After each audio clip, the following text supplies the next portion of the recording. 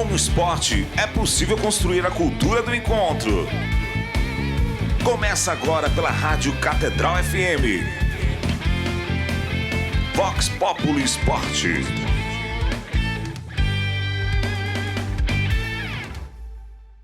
Boa noite, está começando mais um Vox Populi Esporte Fé, onde esporte, valores e cidadania jogam no mesmo time. Eu sou a jornalista Leana Scal e me diz uma coisa, Brasil é o país do futebol, isso ninguém discute, né? Mas você já ouviu falar em alguma partida de flag? Hoje a gente conhece esse primo do futebol americano que vem conquistando o Brasil. E quem nos leva a explorar o flag é Isabela Marzullo, ex-jogadora e atual diretora do Flag Futebol do Vasco. Boa noite, Isabela, muito bem-vinda. Boa noite, pessoal. Boa noite. Obrigada pelo convite. Espero que vocês se apaixonem pelo flag, assim como eu me apaixonei há 15 anos atrás. Ah, muito bom. Quero conhecer. Com certeza, meu companheiro aqui de mesa, o Samir, já jogou. Eu já vi... Boa noite a todos. Boa noite, Eliana. Boa noite. Boa noite. Eu já vi esse esporte na praia e eu não entendi muito bem o que era. Mas quando eu vi a questão da bandeirinha, eu falei, cara, engraçado, parece um futebol americano, mas eles estão com a bandeirinha. E aí eu fiquei assistindo e aí passei a entender um pouco melhor. E a galera pratica mesmo. Agora que eu estou visualizando assim, a galera gosta. Então, o flag ele realmente teve uma crescente desde o ano passado, quando ele se tornou olímpico. O COI coloca o flag agora como estreante em Los Angeles 2028, muito pela influência da NFL, que gostaria muito de ser olímpica, mas o futebol americano não é um esporte que cabe dentro de uma Olimpíada. Imagina cada time levar 40, 70, 50, 60 atletas por nação, né? Não caberia numa Vila Olímpica.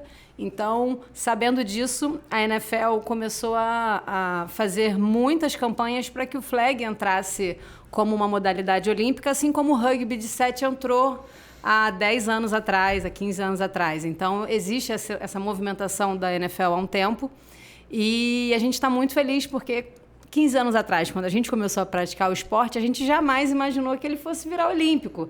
A gente se apaixonou pela maneira como se joga, pela facilidade, por ser democrático. Você junta ali 10 pessoas, você já tem uma partida rolando.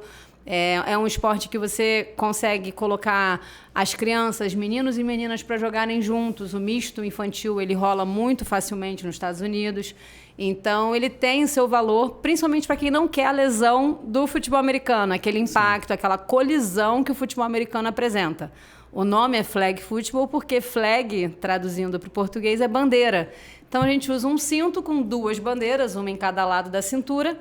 No momento em que tira a bandeira, a gente para a jogada. Então, é uma maneira que, na Primeira Guerra, os soldados entenderam que assim eles poderiam praticar o futebol americano sem se lesionar. Sem se machucar. Exatamente. Eles Legal, usavam cara. meias, usavam pedaços de tecido.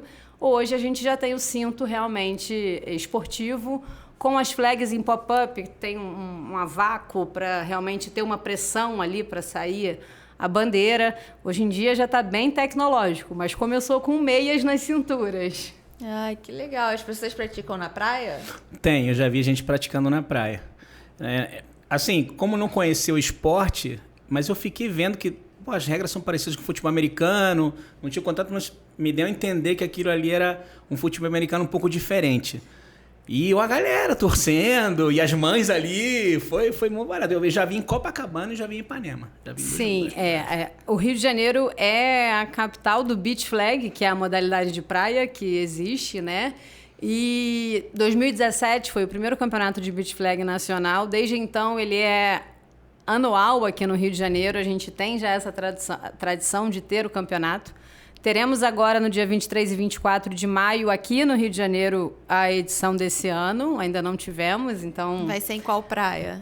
Provavelmente vai ser em Botafogo esse ano, porque a gente tem tido mais tranquilidade, mais facilidade até de organizar as coisas no campo e tudo mais em Botafogo do que em Copacabana, por conta do turismo, né? Graças a Deus, o Rio de Janeiro tá bombando. E isso é muito bom para todos aqui da cidade, mas para quem quer praticar um esporte que precisa de um espaço na praia, a gente realmente tem que achar um lugar que a gente também não vá atrapalhar os banhistas, né?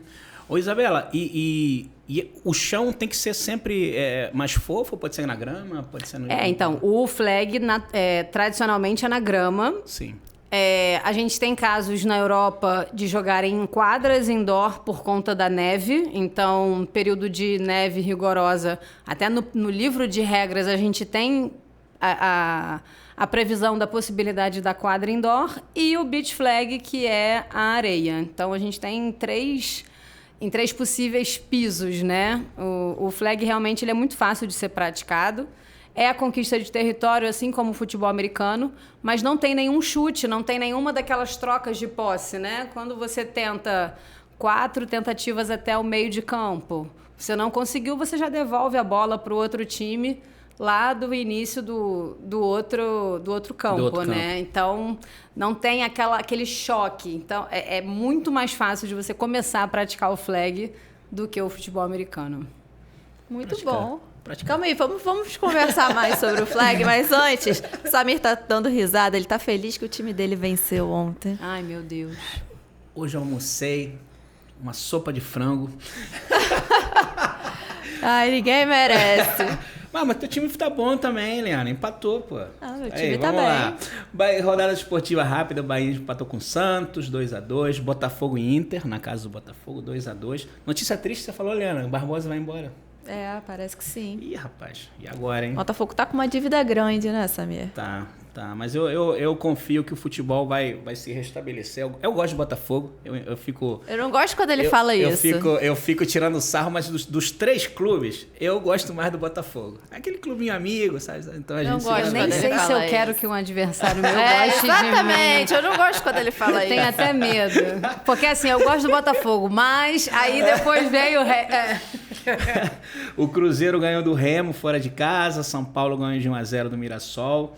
Corinthians e Vasco, Corinthians 1-0, mas você torce pro Vasco, Isabela? Eu torço pro Vasco, principalmente depois que a gente se tornou Vasco, eu acho que a minha torcida se tornou mais fiel ainda, porque a torcida do Vasco, não só o Vasco da Gama, mas os torcedores, eles são muito apaixonados. É uma coisa incrível, porque qualquer lugar do Brasil que a gente chegue, tem uma torcida do Vasco. Se a gente avisa com antecedência, por exemplo, a gente foi a Manaus para jogar o campeonato, aqui essa medalha de prata que eu trouxe. Foi em 2024. Tinha lá um bandeirão, tinha lá 30 pessoas fazendo barulho. Então, assim, é uma responsabilidade você jogar pelo Vasco. E eu espero que o pessoal do futebol também entenda isso, porque a gente representa torcedores muito apaixonados, muito dispostos a tudo. Tá na zona de rebaixamento, você vai ver São Januário tá lotado, eles estão cantando os 90 minutos. A barreira do Vasco E isso você tem que respeitar muito, sabe? Essa é a questão. Da mesma forma que eu sou fã da torcida do Flamengo por toda a grandiosidade que eles têm. Mas em questão de amor ao clube, eu acho que o torcedor do Vasco, a gente não tem outro igual, assim. É muito difícil de ver esse amor tão apaixonado, tão inconsequente até. O time do Vasco, eu tenho uns amigos meus vascaínos que vão muito no jogo na barreira, cara, eles são apaixonados mesmo. Apaixonados. É um amor diferente. Mas é isso, vamos lá, continuar aqui, o Grêmio ganhou de 1-0 do Coritiba, Atlético Paranaense 3-1 em cima do Vitória, Palmeiras 1-0 fora de casa. E o Flamengo 4-0.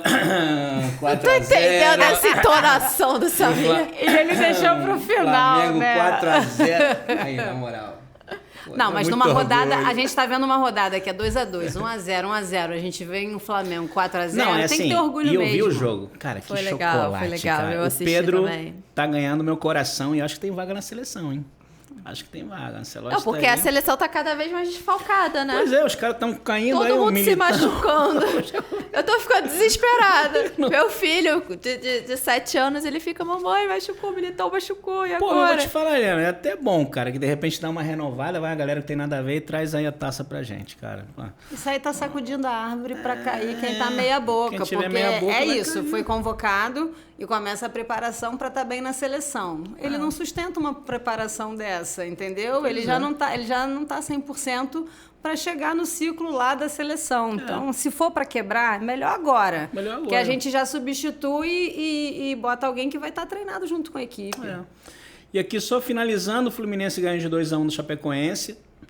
Dia 28 agora, amanhã, Botafogo entra aí com o Independente na Copa Sul-Americana, em casa. Temos a semifinal aí da Champions League, PSG e Bayern, primeiro Já? jogo. Amanhã? Amanhã, dia 28. Opa. Dia 29 é segundo jogo, Atlético de Madrid e Arsenal. E o Estudiantes pega o Flamengo em casa, já pela Libertadores. E dia 30, terminando aqui os cariocas, é o Bolívar e o Fluminense pela Libertadores. E pela Sul-Americana, o Vasco pega o Olímpia do Paraguai. Então os jogos já da Champions amanhã e quarta. Eles anteciparam um pouquinho, eu acho, não sei. E os times, os 4 cariocas aí, Sul-Americana e Libertadores, representando aí o Rio de Muito Janeiro. bem, muito bem. Então vamos Bora. falar de flag, né? Vambora. Flag Football. Explica pra gente, então, pros nossos ouvintes, como é que funciona na prática o jogo. Ele tem uma dinâmica parecida com a do futebol americano, que é de conquista de território. O campo ele tem 50 jardas. Uma jarda é basicamente 1 metro, 0,91, mas vamos pensar em 1 para 1. Então, são 50 metros que a gente começa na jarda 5, tem 4 tentativas para chegar até o meio de campo, então a gente tem 4 tentativas para andar 20 metros. Andando esses 20 metros, a gente renova mais 4 tentativas para chegar até a end zone, que é onde pontua.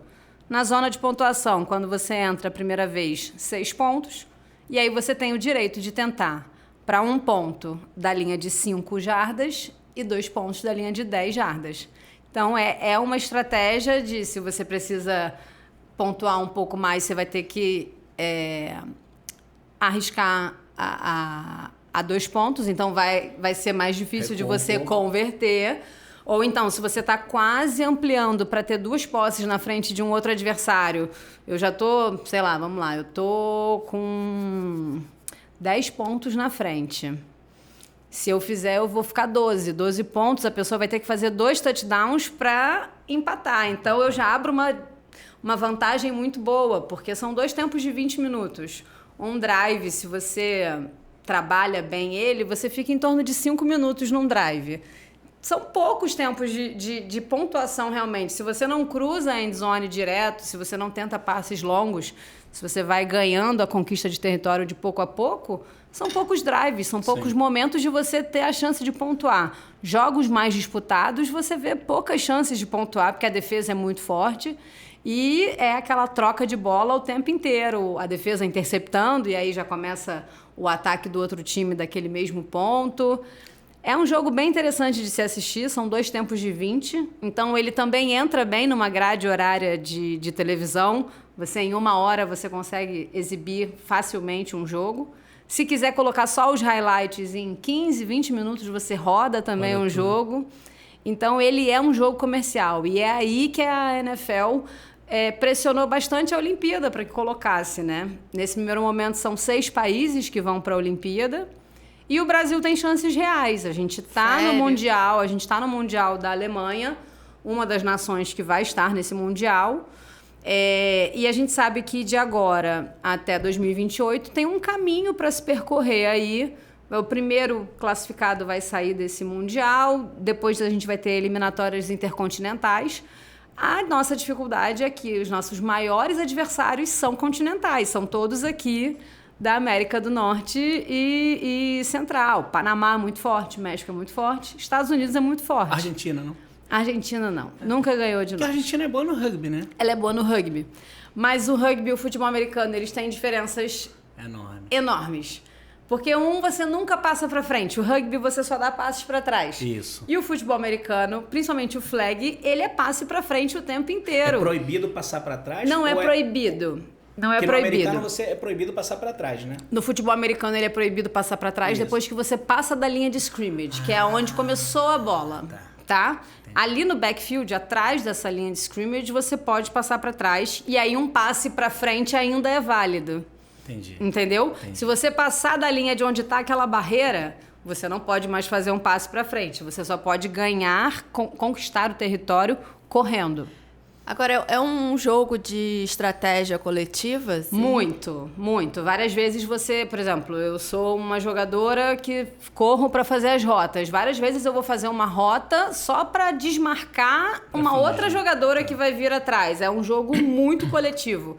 E isso trouxe grandes lições, assim, para o nosso time, né? A gente... a base do nosso time joga junto há mais de 10 anos. A gente já mudou de clubes e desde 2022, graças a Deus, estamos no Vasco, porque é um clube que realmente nos abraça em todos os prismas do esporte. O Vasco nos dá uniforme, paga as nossas taxas, a gente tem psicóloga, então é difícil a gente ver um time amador que tem uma psicóloga que acompanha e ela faz trabalhos direto com a gente, ela faz análises psicológicas, ela apresenta para a nossa CT, olha, vocês estão com atletas que estão com isso, isso e isso, a gente tem que trabalhar isso, isso e isso. A gente tem um caminho hoje que é pouquíssimo visto dentro do nosso esporte. Então, a gente agradece muito ao Vasco, inclusive um beijo, Vasco Almirante, toda a diretoria. Amamos Quais são vocês. os outros grandes clubes? Hoje a gente tem o Cobrarés, que é um time, uma fusão do Cobras e do Jacarés lá. Cobrarés. São as nossas arquirrivais. Assim. Mesmo? As arquinimigas ali? Não vou nem falar inimigas, Não, porque arquirrivais, assim, né? a presidente do Cobrarés é a Lica. Um beijo, Lica. É o Brasil e Cuba do vôlei. Brasil e Cuba. Eu falo com a Lica toda semana, mas quando entra em campo, eu já tô olhando pra ela com Eyes with Lasers. Então, assim, se a gente tem uma evolução no Vasco é por conta do Cobrarés, se tem uma evolução no Cobrarés é por conta do Vasco. Sabe? São as duas grandes equipes. Aqui foram as duas finais, Vasco e Cobrarés. A gente ganhou no ano passado e elas ganharam em 2024. Ah, que legal. Então é a rivalidade. Nós somos as atuais campeãs nacionais e ganhamos delas. E a gente respeita muito. Aí chega na seleção, jogam todas juntas, porque a base da seleção são esses dois times, né? Então, assim, isso é muito legal também, porque a gente acaba respeitando muito o adversário, porque a gente precisa delas. Quando chega a nível seleção, vai todo mundo jogar junto, né? Tem mais algum outro grande time? Tem um time do Sul, que é o Desterro Atlantes. Ganhamos delas aqui em 2023 também. Desterro Atlantes? O Vasco tá com tudo então, hein, Samir? Da era pós-pandemia, nós somos o time que conquistou mais pódios a nível nacional. Legal. A gente não saiu do pódio desde então. A gente teve aqui um bronze, um ouro, uma prata e um ouro. Vocês são um time que o pessoal teme. Basicamente isso. E aqui o nosso bronze, que também a gente não deixa de agradecer. Foi uma semifinal bem difícil que a gente jogou contra o time de Manaus, contra as Valquírias. Um timaço. E foi pro 5º overtime, ninguém mais aguentava. Atletas, arbitragem, tava todo mundo já cansado. E aí, depois do 5º overtime, elas se sagram campeões ali daquele E tem o feminino e o masculino. Tem o feminino e o masculino. O nosso masculino é também muito bem, só que a grande questão é, o feminino ele tem protagonistas mais claros. O masculino, o nível é muito equiparado. Então, assim, os meninos, ano passado, eles poderiam ser campeões nacionais e eles foram o 8º lugar. E se você for olhar o primeiro e o 8º... Eles têm atletas muito equiparados, muito nivelados, muito bons. Nenhum jogo tem diferença de mais de um touchdown. Então, assim, uma posse de bola para um lado, uma interceptação, você já muda um resultado de jogo, você já muda um resultado de campeonato. Então, a grande diferença hoje para mim do masculino para o feminino é que o masculino está muito equilibrado. Você não entra num campeonato podendo falar assim, não, fulano e ciclano não tem favorito. Não tem. Não tem. No feminino, a gente ainda vê favoritismo pelo número de atletas disputando, né? Hoje a gente tem uma inversão aí. Quando a gente começou no flag, só tinha feminino. E o masculino, depois o pessoal do futebol americano foi migrando para o flag. E agora a gente tem 3 vezes mais times masculinos do que femininos. Que loucura! No Campeonato Brasileiro. Isso ajuda o fato do futebol americano tá começando a crescer mais no Brasil, ajuda o flag de certa forma? Um ajuda o outro, né? ajuda o outro, Um né? ajuda o outro, Pois porque a gente está vendo que tem muita gente investindo no flag porque ele virou olímpico. Tem muita gente que já ia parar de jogar futebol americano, não para e vai pro flag. Tem muita gente que tem uma oportunidade no flag, depois migra, vai pro futebol americano. Existem... um ajuda o outro. Um acaba complementando o outro. Os né? jogos da NFL vindo pro Brasil foi também, assim, foi uma coisa que despertou muito a curiosidade das pessoas em relação ao esporte, né? Uma coisa é um esporte que nunca vai jogar no seu país, que você vê, enfim, só na Liga Americana, jogos enormes, incríveis, mas quando que isso vai ser tangível para mim, né? Então, no momento em que eles já trouxeram 2 jogos aí para São Paulo, vem agora o próximo para o Rio de Janeiro, em setembro, entendeu? agora no Maracanã. Exatamente, e um jogo fortíssimo. Cowboys e Ravens, assim, são 2 potências mundiais, né? Times de primeira prateleira da NFL. E o mais legal, a gente vê os jogadores da NFL falando assim, cara, eu quero muito ir pro Brasil, eu tô apaixonado. A gente tá numa moda, né? O Brasil, ele tá na moda em todos os lugares, o Brazilian Style. E no esporte não é diferente. Então, todo mundo quer viver um pouco da torcida brasileira, sabe? A gente faz uma torcida muito bonita. Com certeza. Muito bom. A gente vai pro intervalo rapidinho. Já já a gente volta descobrindo mais sobre o flag. Não saia daí. Estamos apresentando Vox Populi Esporte. Voltamos a apresentar Vox Populi Esporte. Estamos de volta com Vox Populi Esporte Fé. Se você chegou agora, estamos conhecendo o Flag Football com Isabela Marzullo, ex-atleta de flag do Vasco. Isabela, 4 atletas do Vasco foram convocadas para a seleção brasileira? Sim, a gente está agora nesse primeiro ciclo pós a entrada na Olimpíada, né? Então a gente já vem agora para o primeiro ciclo pensando em Los Angeles 2028. A gente agora no meio do ano tem o Mundial na Alemanha, em Dortmund, e temos 4 atletas pré-convocadas, né? A gente hoje tem 25 atletas pré-convocadas. Essa lista cai para 15. Uhum. Mas é um orgulho muito grande. São certeza. 4 atletas muito fortes. São meninas que se dedicam diariamente ao esporte. A gente tem uma jornada muito longa já, né? Nós somos atletas mais antigas aí no cenário nacional. E a gente pensar que essas pessoas já estão aí há mais de 10 anos se dedicando diariamente a estudar, a treinar individualmente para estar bem e chegar e representar o nosso país, né? São 4 meninas e 3 meninos. Essa semana estão viajando para o México. É a primeira vez que eles vão fazer amistosos a nível internacional. Então, depois da entrada no time Brasil de verdade, que carimbaram lá o flag, agora é time Brasil. Não tem mais passagem para se pagar, não tem mais preocupação financeira. Então, os projetos de seleção começaram a andar bem mais consistentes, né?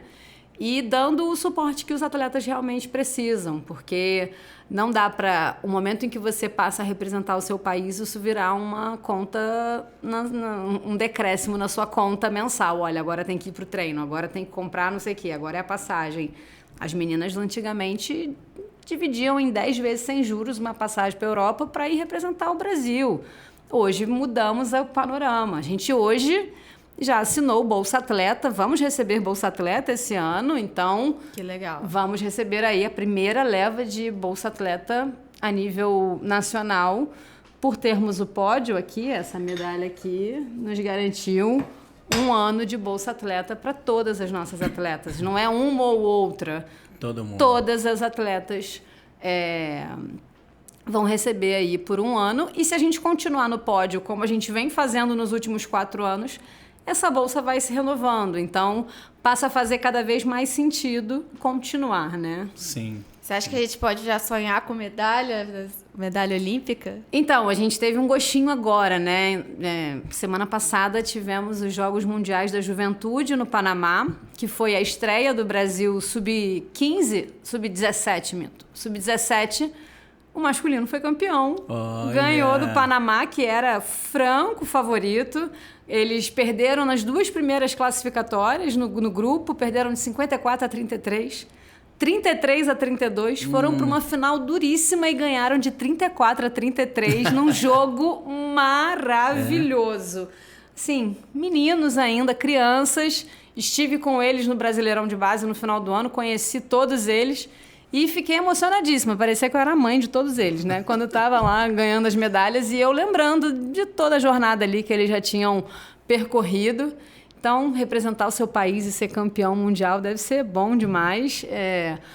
Acredito que o Brasil tem a chance de medalhar, sim, tanto no Mundial, agora na Alemanha, e conquistar uma vaga para a Olimpíada. A gente precisa que o investimento continue acontecendo para que a evolução que a gente precisa na seleção continue acontecendo. Mas o caminho está sendo trilhado. E quais são os países aí, Isabela, a serem batidos nessa galera? Que tem algum que desponta muito? Estados Unidos e México. São os o México feminino, elas têm um estilo de jogo muito próprio.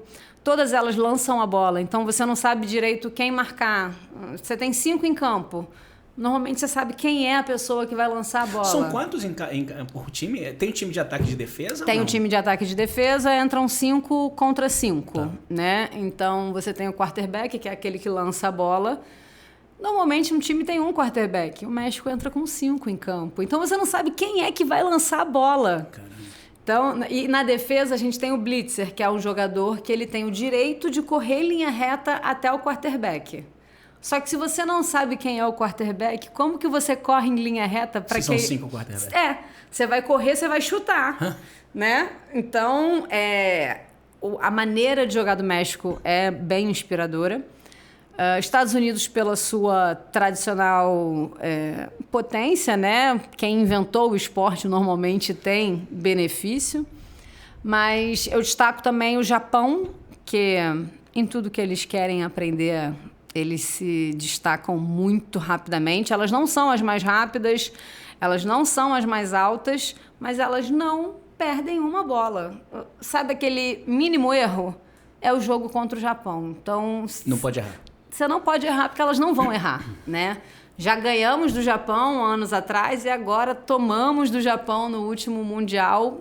Não esperávamos a evolução delas tão rápido. Isso também fez com que a gente pensasse, se elas podem, nós também podemos. Se elas evoluíram tanto de 2 anos para cá, a gente também pode nascer aí, germinar essa semente da evolução, né? Então, estamos com novos técnicos, 2 técnicos mexicanos agora na seleção feminina. A gente está bem confiante. Técnicos mexicanos que estão treinando vocês. Estão treinando a seleção feminina. Legal. Isabela, como é que começou a sua história com o esporte? A minha? Então, eu estava na faculdade, eu fazia administração na UFRJ. E eu estava falando com uma amiga que eu estava sentindo falta de praticar algum esporte. Eu era pugilista, lutava boxe, eu sou canhota. Então, gostava de ter essa arma secreta que a pessoa ia lá para lutar comigo e ela é canhota. Eu tô acostumada a lutar contra destro e o destro está acostumado a lutar comigo. Então, eu sempre tinha essa arma secreta. Mas parei de lutar boxe e sentia falta de algo assim, meio violento, e achava o boxe meio solitário.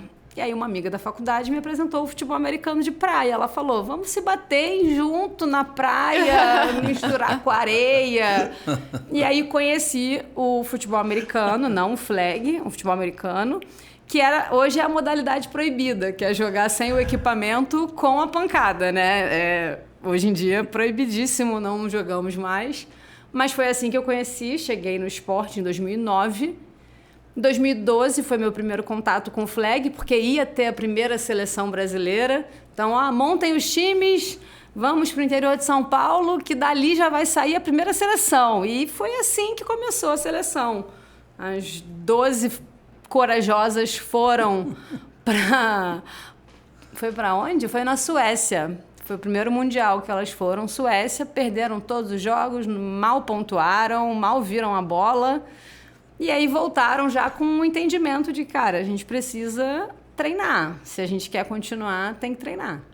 E dessa seleção de 2012, a gente tem aí 2 atletas que estão com a gente até hoje. Então, a gente tem uma história no esporte muito parecida com como ele foi se desenvolvendo no Brasil, né? E a gente se recusa a aposentar, a verdade é essa. Eu só aposentei porque depois que eu fui mãe, eu tive uma hérnia umbilical que eu não consegui cuidar com cirurgia, ela estourou de novo. E aí, com medo de dar uma complicação maior, eu parei de jogar. Mas você vê, eu não consigo nem parar de ser gestora do time. Eu já poderia ter parado de me envolver e não consigo. Estou em todos os campeonatos, faço ali a minha parte, que é realmente de motivacional, né? Eu penso muito nessa parte da vivência do grupo, porque a gente não é um time que qualquer um entra para jogar. A gente tem uma dinâmica um pouco diferente e isso faz com que tudo faça sentido, né? Eu oro muito antes dos jogos com as meninas, peço proteção e peço para que a gente não se machuque, nada além disso, porque é isso, a gente tem um time pequeno e não tem ninguém ali querendo se machucar. Então, senhor, proteja minhas meninas e você está vendo aqui que tem pouca gente, a gente não está podendo machucar, mas sempre pensando também em manter a energia do grupo muito fortalecida, né? Então, sempre fazendo muitas dinâmicas para que a gente se una cada vez mais. E parece que cada campeonato que a gente conquista, a gente é mais família, mais unido, né? E até na prata, unidas na prata, sabe? A gente não soltou a mão de ninguém, a gente estava perdendo e faltando 5 minutos a gente já entendeu ali que a gente não ia virar aquele jogo e a gente se manteve de cabeça erguida, torcendo uma pela outra, entendendo que a adversária merecia aquele lugar e não a gente naquele ano e treinando para no ano seguinte fazer diferente, né? Então, assim, o que eu aprendi muito com esse grupo que eu trabalho é que a gente tem que confiar no que é nosso e entender que nem tudo é nosso, né? Então, vai ter o ano que outras pessoas vão ganhar, mas o ano que é nosso, né? A gente respeita muito a trajetória de cada uma que joga com a gente e que fez com que a gente fosse aí esse arsenal de medalhas. E quem estiver nos ouvindo, estiver se interessado pelo esporte, como é que pode começar a procurar? Tem idade mínima? Como é que funciona? Hoje a gente tem a liga, começa já no infantil, né? E a nossa intenção é que cada vez mais as crianças comecem a jogar para que naturalmente as novas gerações vão ocupando o adulto daqui a um tempo. Então, a partir de 10 anos já tem campeonato. No ano passado já teve o Brasileiro Sub-10, então menos de 10 anos já tinha criança aí disputando nacional. No adulto, a partir de 16 anos, você já pode jogar o Brasileirão junto conosco, né? E a gente, enfim, treina aqui no Rio de Janeiro, a gente esquematiza o time para que a gente esteja junto. A gente tem muitas atletas que não são do Rio de Janeiro, tem gente que já saiu do Rio de Janeiro, tem gente que nunca morou no Rio, mas que aí a gente se junta para treinar, né? E é realmente um desafio muito grande. Nós somos 15 e 4 estão no Rio. Então, é um desafio. E é quase um namoro à distância, porque é aquele comprometimento de eu vou treinar todo dia, eu preciso que você treine todo dia, porque quando a gente se encontrar, a gente tem que fazer valer. Entendeu? É realmente um relacionamento à distância, que uma tem com a outra e que a gente tem com o time, né? De fazer valer acontecer, de todo encontro ser muito produtivo. Então, às vezes a gente marca um training camp, são 2 dias de imersão. Vai começar no sábado de manhã, vai acabar domingo à noite, todo mundo treinando o máximo possível e se doando, né? Mas existem escolinhas, assim, para colocar crianças? Existem. No Rio de Janeiro ainda está bem embrionário. A gente está até um pouco atrás dos outros estados. Em São Paulo, a gente já vê muitas escolinhas acontecendo. Aqui no Rio, por conta da federação que estava... a gente teve 3 mandatos da federação estadual nas mãos de pessoas que não estavam muito preparadas realmente para desenvolver o esporte.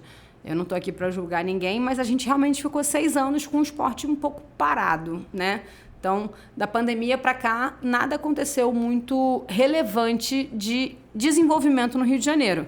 Mas os times seguem sendo campeões, tanto a gente no feminino quanto os times do masculino conquistam nacionais, conquistam etapas. Então, a gente vê que não falta material humano positivo e com qualidade. O que falta é realmente o desenvolvimento, né? A gente vê que agora em Petrópolis tem uma escolinha até da NFL mesmo. A NFL está injetando muito aporte no sentido de desenvolvimento infantil. Então, tudo de lei de incentivo, tudo isso tem sido voltado para o nível de escolinhas mesmo, né? Petrópolis eu sei que tem. Legal. Eu sei que na Barra também tem uma escolinha. E eu sei que o próprio Vasco tem uma intenção da gente... A gente tinha uma lei de incentivo que a gente não conseguiu captar. A gente conseguiu aprovar, mas não conseguiu captar. Difícil, né? Mas se a gente tivesse captado, a gente tinha feito a escolinha. A gente já está com uma nova aprovada agora, buscando a captação. Muito bom. Isabela, me conta da sua camisa. Essa camisa, ela é comemorativa do ano passado. Toda a nossa camisa branca, ela é sempre uma camisa de suporte, né? A gente já teve a camisa arco-íris, que foi uma camisa que foi muito pedida por muito tempo. E agora a gente está com a camisa do quebra-cabeça, que é em homenagem a uma das nossas atletas, que ela já é laudada há muitos anos, né, no espectro autista. E ela tem umas questões muito singulares, ela tem momentos não verbais. Então, a gente tem realmente... São momentos desafiadores, né? E que a gente não abre mão de tê-la conosco. Então, um beijo, Larão, maravilhosa, te amamos. Obrigada por não desistir de nós. Ela acha que a gente que ia desistir dela, mas é ela que não desiste da gente. Mas, assim, uma atleta fantástica. Nem ela sabe a capacidade que ela tem. É uma mulher que, quando ela pega uma reta, ninguém encosta nela. Ninguém segura. Um par de perna, parece um avestruz. Eu falo, quando ela dá 2 passos, eu tenho que dar 5 para chegar nela. Extremamente rápida, extremamente focada, mas que sempre teve muita dificuldade por conta do espectro de achar o seu lugar, né? E ela se sentia muito cobrada em outros times que ela já tinha jogado. E com a nossa comissão técnica, a gente entendeu que não é uma atleta para que a gente pressione. Tem atleta que, se a gente pressionar, a gente espreme tudo. Ela não é uma atleta para pressionar. Então, ela nunca tem uma obrigação de estar em campo. A gente nunca... a gente realmente... Não é só com ela, né? Eu brinco que, assim, eu sei o tipo sanguíneo das minhas 15 atletas. Se alguém se machucar, se eu precisar dizer, eu sei que, para minha prima, ela é B positivo. Eu sei que a fulana é O negativo. Então, isso faz diferença no sentido de eu sei as alergias que elas têm, eu sei o que cada uma come. A gente só dorme em hotel que tem ovo de manhã, porque 12 das minhas 15 atletas comem ovo de manhã. É esse nível de profundidade de entendimento de grupo que a gente tem. Então, a gente sabe como que a gente cobra cada uma. E a Lara sempre foi cobrada de uma maneira equivocada, né? Pela particularidade dela, ela precisa ser estimulada de uma outra maneira. No momento em que ela não foi mais cobrada, ela só brilhou. E aí, de um momento em que ela tinha sido cortada da seleção, que ela estava duvidando da capacidade dela, de toda a jornada que ela poderia entregar, a gente teve o Brasileirão no ano passado, e eu virei para ela e falei, mostra no Brasileirão que quem está equivocado é quem te cortou. E não deu outra. Campeãs, com a Lara jogando muito, e ela foi reconvocada, é uma das nossas 4 atletas hoje convocadas. Vai para o México essa semana. Vocês vão trazer medalha, Com certeza. Está sendo muito. Muito legal, Isabela. Eu agradeço muito sua participação. Eu amei conhecer mais sobre o esporte. Samir, vai jogar? Eu acho que eu vou me arriscar. É só a gente marcar, gente. A gente marca na praia, se vocês quiserem. Muito bom, adorei. Olha, vamos ficar acompanhando agora, né, Samir? Quero saber dessas medalhas. Quando ganharem lá no México, volta aqui para contar pra gente. Com tenho certeza. 5 medalhas aqui. Amém. Obrigada pelo convite. Acho que vocês viram o quanto eu sou apaixonada pelo esporte. Sim, com certeza. O quanto ele modificou a minha vida. Todas as pessoas que fazem parte verdadeiramente da minha vida provavelmente vieram desse esporte.